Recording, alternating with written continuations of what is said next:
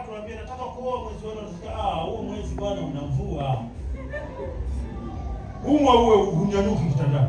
Alafu chukua ndugu zako waende kwa mbunge, sema bwana tuna ndugu yetu kwenye jimbo lako wanaumwa. Unajua atawaambiaje? Kamwambie ajitahidi aje. Lakini Mungu ukiumwa anakufuata kitandani kule kule. Haleluya!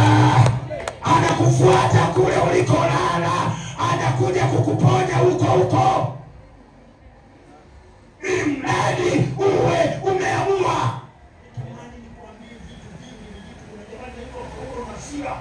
Yameweka gerezani kwa ajili ya kuhubiri Injili, yamekaa pale hayalilii kama unavyolialia, wala hayaimbi nyimbo za mafumbo. Kizunguzungu kimewapa cha nini sasa? Yanamuinua Bwana.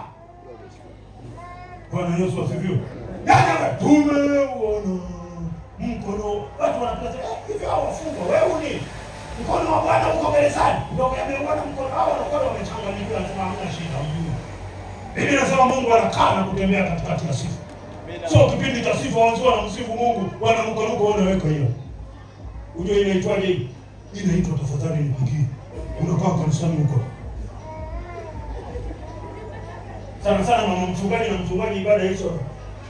Pole naona unabadilisha. Ile pole haina kama msaada wowote. Mungu anataka mtu fulani kama umemwembe. Amina. Jana nani kataza viongozi wa sifa. Viongozi wa sifa biashara ya kusimama mbele na bwana mnaimba kama hamjala. Wewe watu wa kuchafu unajua kama hamjala sasa. Watu wakiwa 100 watakosemana ambao hawajala. Kwa wale ambao hawajala ni haki yao wasimsifu Mungu. Achana na lugha zilizotoka. Tunaimba kama hamjala. Ndio. Mungu anaona mtu ana kama jana baba nanika kupiga konzi kama mlevi. Mungu anatafuta mtu kama huyo. Haleluya! Aliyeamua kwenda mbele.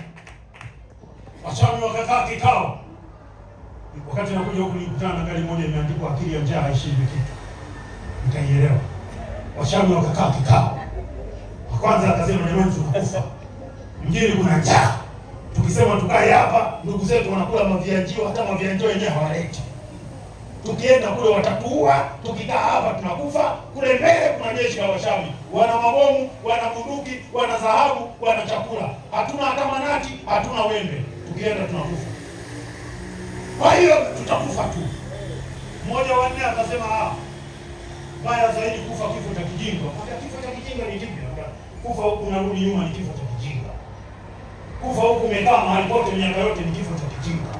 Akaambia kifo kipi cha kishujaa? Unakufa huko nenda mbele. Akaambia waulize Waruguru. Wakiwa wamemkuja shujaa akapambana na simba kafia mlangoni. Akoma kwa nini mpaka na Waruguru kwamba Waruguru sio wanasema wao mkuja shujaa. Kapambana na simba kafia wapi? Yaani mkuja alipambana lakini kwa sababu alisonga mbele kaja kufia wanamhesabu shujaa. Kwa akasema twende huko kwa Washami. Nisikilize nikwambie, Mungu anafanya kazi na mtu aliyeamua kwenda mbele bila kuangalia wachawi wanasemaje, bila kuangalia wapinzani wanasemaje, bila kuangalia misimu inasemaje. Aliyeamua kwenda mbele